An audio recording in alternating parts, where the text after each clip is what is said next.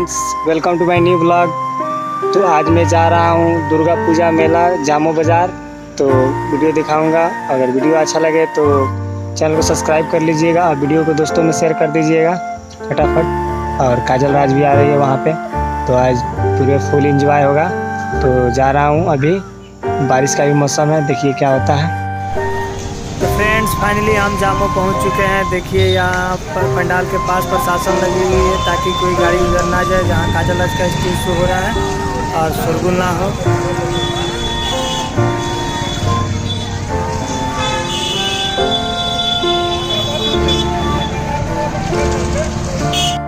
यहाँ पे इतना भीड़ है कि प्रशासन की सहायता लेनी पड़ रही है।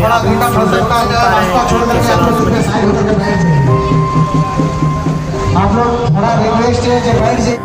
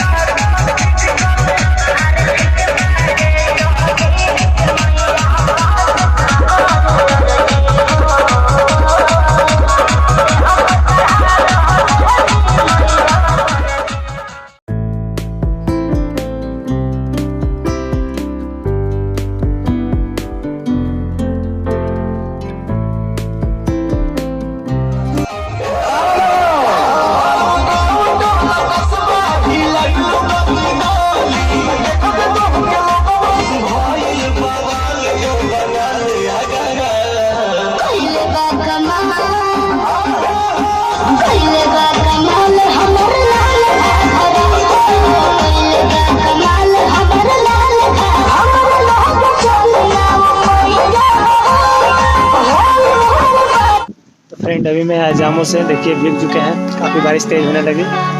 और वीडियो अच्छा लगा हो तो दोस्तों में शेयर कीजिए।